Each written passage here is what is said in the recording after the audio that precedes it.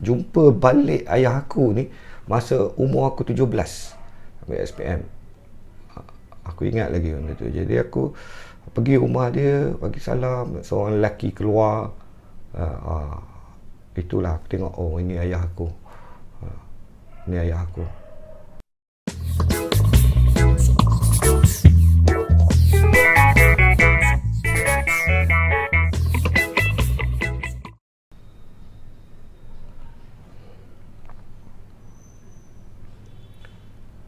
Hai, Assalamualaikum. Jumpa lagi dalam channel Tok Ayah. Okay guys, sama macam video-video yang lepas, hari ni aku nak berkongsi dengan korang tentang pengalaman hidup aku semasa aku kecil. Aku ni dibesarkan oleh mak aku. Mak aku yang besarkan aku dari kecil, sebab dia bercerai dengan ayah aku masa aku darjah 1. Kalau ikut cerita mak aku ni, dia orang bercerai sebab isu ayah aku. Ini ikut cerita mak aku lah. Mak aku punya cerita. Sebab aku dibesarkan oleh dia dan dia lah yang bercerita. Dari side dia lah dia bercerita. So ayah aku ni dia kata pemalas, malas nak buat kerja. Ayah aku ni dia buat kerja kampung. Dia buat kerja kampung. Kalau ada orang panggil dia untuk gali telaga, gali telaga, dia pergilah gali telaga. Sebab dulu orang kampung dulu sumber air bersih dia adalah dari telaga lah. Dari telaga je. Jadi air minum, mandi, basuh baju semua daripada telaga. Jadi kalau ada orang panggil telaga untuk gali telaga, korek telaga, dia pergi lah buat kerja tu. Habis je projek tu, dia duduk rumah. Jadi dia banyak habiskan masa kat rumah.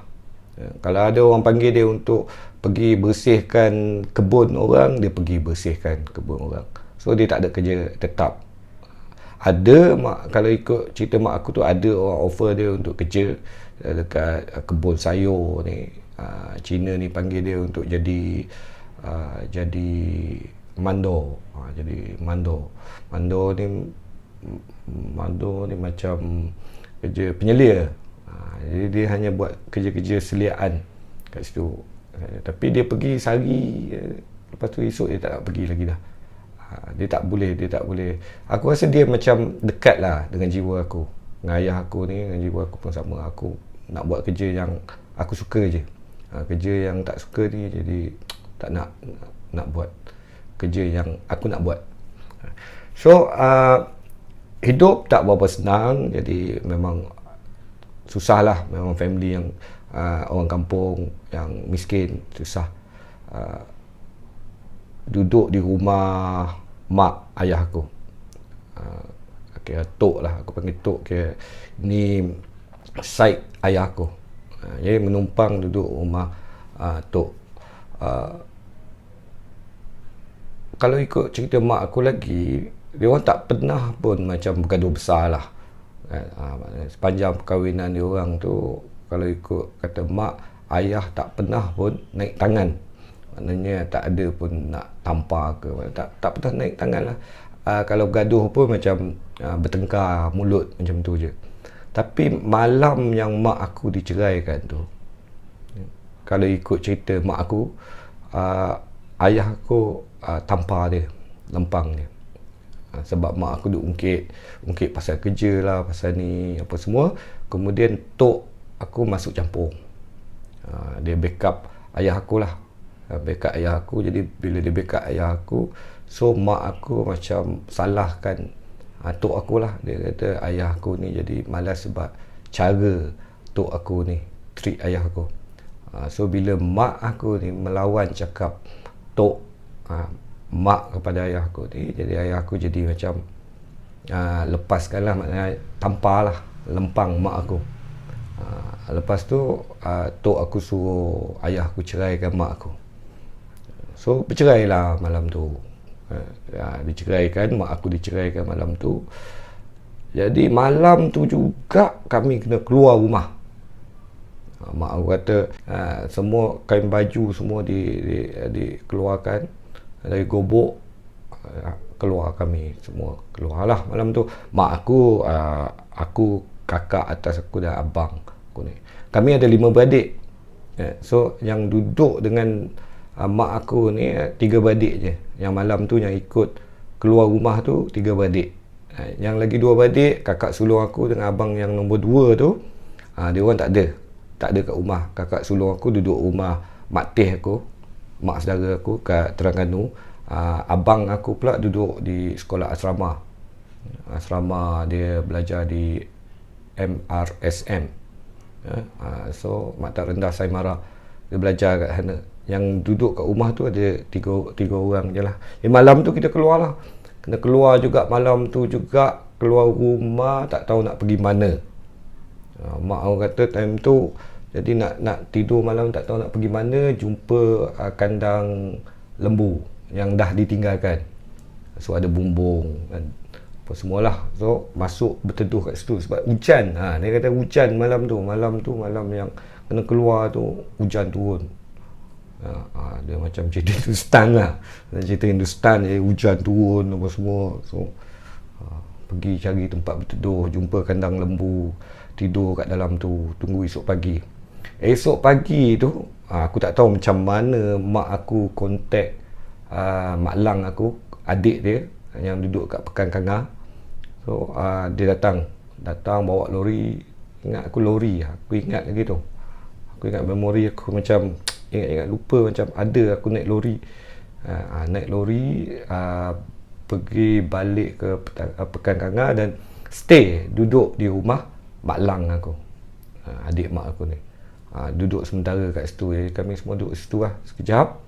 Duduk kat situ sekejap, dan dia tolong carikan mak aku kerja dekat kedai makan, cuci pinggan kat kedai makan. Dan kedai makan tu dia punya, Mak Lang aku punya, dia kerja bidan. Laki dia pun kerja hospital juga.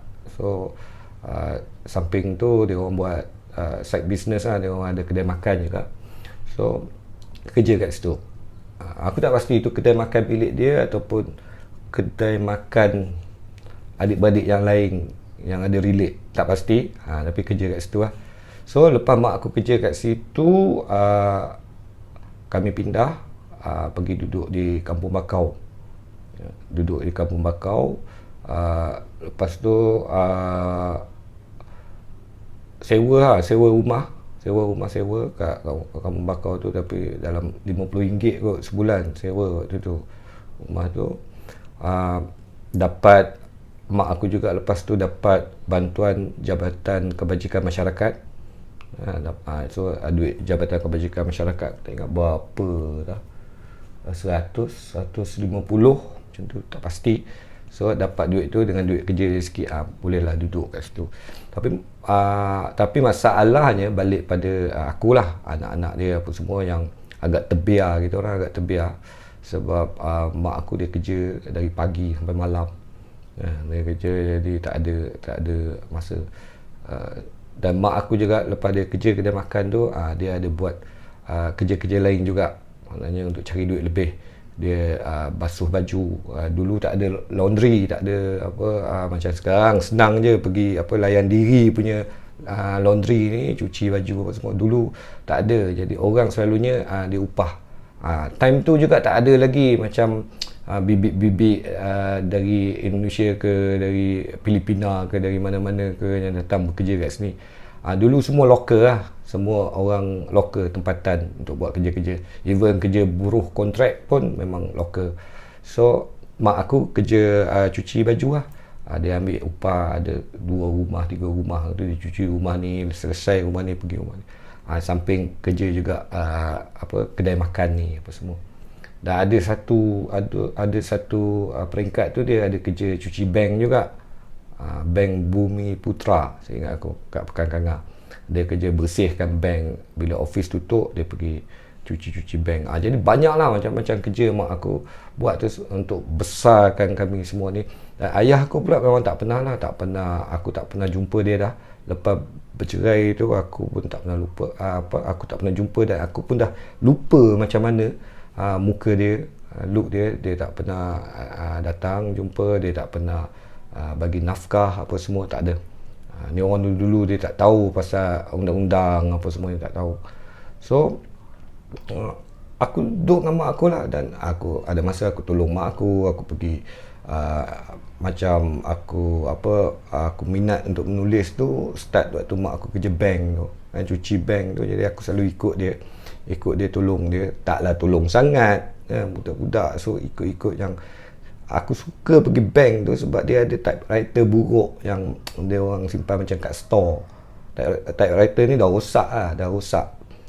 Jadi aku suka pergi berangan kat situ, ambil typewriter tu, letak kertas, type kat situ berangan, macam tengah menaip menulis. Itu juga yang membuatkan aku lepas tu aku macam minat menulis, aku rasa. So sepanjang aku membesar kat mak aku jadi seorang kanak-kanak yang pasif. Sangat pasif, tak bersosial, tak bercampur orang sangat, jadi loner. Aku duduk kat rumah je, pergi sekolah, balik sekolah, duduk rumah. Even aku dekat sekolah pun dia macam macam tak wujud lah. Macam tak wujud, walaupun aku pergi ke tak pergi ke macam. So aku pun duduk paling belakang sekali. Cikgu pun tak pernah nak ambil pot sangat pun. Sebab time tu aku ingat cikgu lebih fokus pada yang ni yang bagus, fokus tu, yang tak bagus ni tak boleh selamat.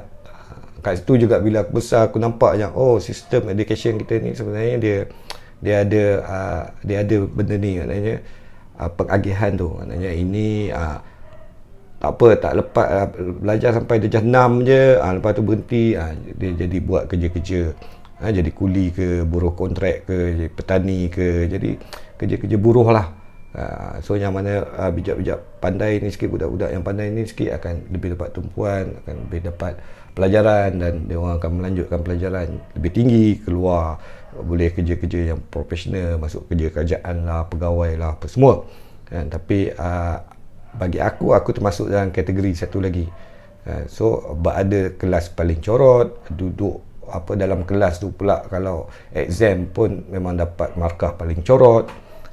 Sebab aku sepanjang aku belajar daripada darjah 1 sampai darjah 6 tu, habis darjah 6 tu aku masih lagi tak boleh menulis, tak boleh membaca, tak boleh mengira, masih lagi keadaan macam tu lah. Dan aku sangat pasif lah, loner, tak berkawan dengan orang, banyak buat hal sendiri. Kalau kat sekolah tu memang selalu kena ejek, kena ejek dengan kawan-kawan yang lain apa semua.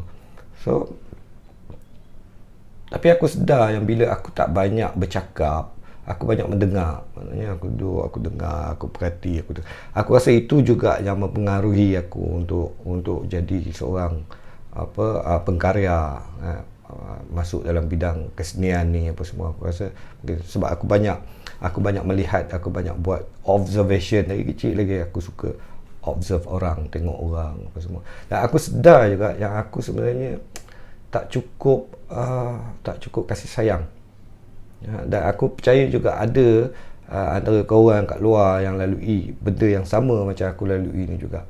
Jadi yang aku harapkan waktu tu hanyalah perhatian dan kasih sayang. Aku tak boleh salahkan mak aku sebab dia harus bekerja untuk menyara kita orang. Dia bekerja pagi malam, jadi aku nak jumpa dia pun susah. Pagi-pagi je lah bangun nak pergi sekolah, dia nak pergi kerja, so sempat jumpa dia. Lepas tu aku habis sekolah, aku balik, memang tak jumpa dia, duduk kat rumah aje apa semua. Dan tunggu dia balik kerja pun kadang-kadang aku dah tidur, baru dia sampai rumah, ke rumah. Jadi jarang ada. Itu kadang-kadang aku ikut dia pergi buat kerja apa semua ni. Sebab aku anak bungsu, dapat abang aku, kakak aku yang duduk sekali ni, yang 2 orang tu, dia orang jadi lain pula lah. Dia orang jadi liar, dia orang jadi memberontak. Abang aku yang nombor 3 tu, dia sampai jadi samsing lah apa semua. Sampai aku tuliskan juga satu mak derih kalau boleh, skrip teater aku tu memang banyak aku ambil cerita-cerita dalam kehidupan dia jugalah. Bila dia terlibat dengan gangsterism apa semua, balik rumah kan, tidur tiba-tiba tengok kena parang kan, kena parang kat badan, berdarah habis semua, selimut apa semua. Mak aku tengok selimut berdarah apa semua, tengok badan dia, dada dia tu kena parang kan. So selalu ikut mak aku pergi balai polis untuk jamin abang aku ni keluar. So benda-benda macam ni yang menghiasi kehidupan aku masa aku kecil dulu.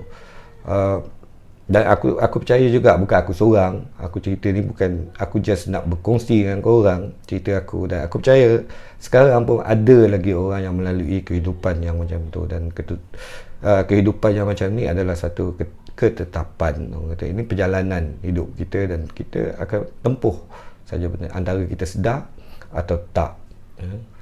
So balik pada cerita tadi, so sampai aku rasa aku dah tingkatan 5.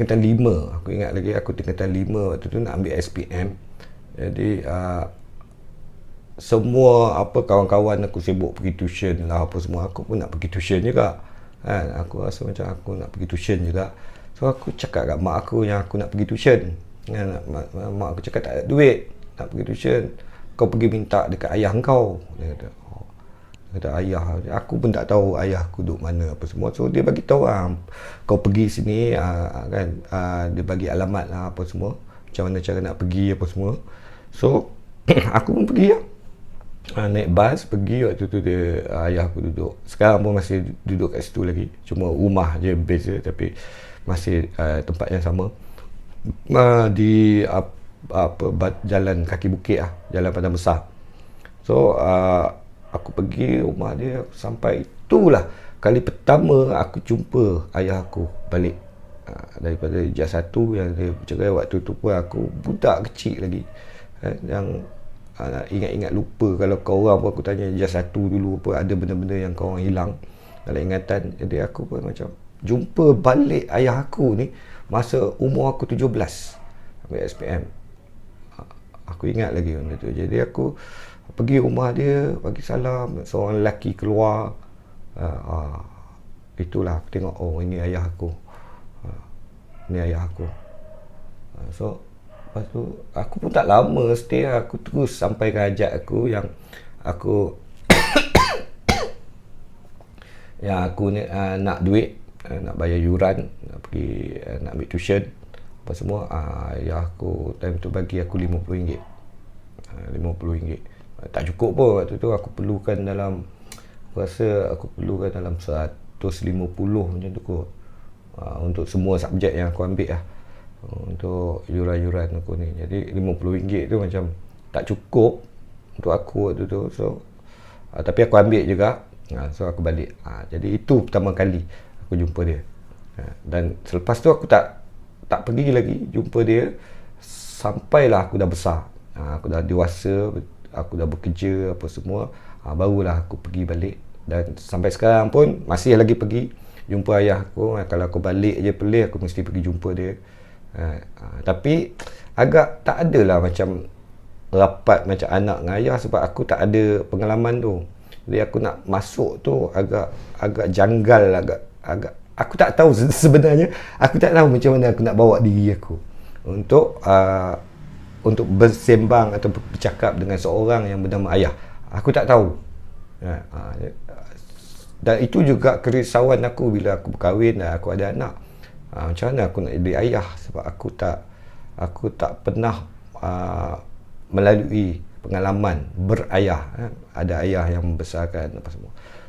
Tapi alhamdulillah lah, sebab benda tu kan proses naluri ayah tu tetap ada bila ada anak. So alhamdulillah masih okey. Aku boleh bagi kasih sayang yang cukup dekat anak-anak aku. Dan satu benda yang penting adalah aku tak nak jadi macam tu. Aku cuba elakkan, aku akan pastikan, aku akan pertahankan rumah tangga aku, walaupun bergaduh macam mana sekalipun, aku tetap cuba elakkan daripada sampai ke level itu, sampai ke level bercerai apa semua. Sebab aku fikir anak-anak, sebab aku tak nak anak-anak aku nanti bila dia besar dia jadi macam aku, maknanya menempuh kehidupan waktu kecil seperti aku kan? Tak ada kasih sayang yang cukup. So duit RM50 yang dia bagi tu, sebab dah tak cukup untuk bayar yuran, aku balik aku belanja. Aku spend je duit tu, and then aku tak pergi tuition pun aku tak ambil lah, aku tak pergi. SPM aku pun tak bagus lah, tak bagus sangat. SPM aku. SRP aku pun lulus. SRP ini interestingnya cerita. Aku sebabkan aku cakap tadi aku tak pernah menulis, tak reti menulis, tak reti membaca, tak reti mengira apa semua. Dan aku boleh untuk membaca dan menulis itu masa aku tingkatan 3. Masa aku tingkatan 3, sebab ada seorang cikgu dah arwah namanya Cikgu Nur Aini, dia ajar subjek bahasa Malaysia, dan dia juga sebenarnya bagi aku yang juga membentuk aku untuk jadi seperti mana aku jadi sekarang ni, sebab masuk dalam bidang kesenian ni, minat dengan teater, minat dengan penulisan filem apa semua ni. Sebab waktu tingkatan 3 tu dia tahu yang aku ni tak boleh untuk membaca dengan baik dan menulis dengan baik. Sebab aku sebelum tu tingkatan 1, tingkatan 2 tu aku duduk kelas paling corot. Kita ada 6 kelas dan aku duduk kelas yang ke-6. Tapi tingkatan 3 tiba-tiba aku tak tahu idea siapa, aku ditukarkan masuk ke kelas nombor 3 terpandai. Dalam kelas 3 terpandai tu aku bercampur dengan budak-budak yang dah pandai. Diorang ni memang bijak dan pandai. Aku ada di kalangan, dan aku dan beberapa orang lagi, 2-3 orang lagi kawan-kawan aku yang dari kelas corot tu dibawa masuk ke situ. Dan kat situ Cikgu Nur Aini dia nampak aku punya kelemahan, kemudian dia dorong aku, dan aku jadi suka lah. Aku jadi suka kat dia, dan aku dia bagi aku baca sajak tu, puisi dalam kelas. Kat situlah timbul minat aku untuk tulis puisi. Sebab aku start dalam bidang kesenian ni, sebelum buat filem, sebelum buat teater, adalah puisi dulu. Aku jatuh cinta dengan puisi dulu. Aku tulis puisi, aku baca puisi. Ini berkat dorongan Cikgu Nur Aini ya. Cikgu Nur Aini ni. Nanti aku akan buat satu video khas, video lain, video yang baru untuk berceritakan tentang benda ni. Sebab kali ni aku nak fokuskan cerita pasal aku waktu kecil dan hubungan aku dengan ayah aku. Jadi itu sajalah perkongsian aku untuk kali ini. Kita jumpa lagi untuk video-video di masa akan datang, InsyaAllah. Assalamualaikum. Bye.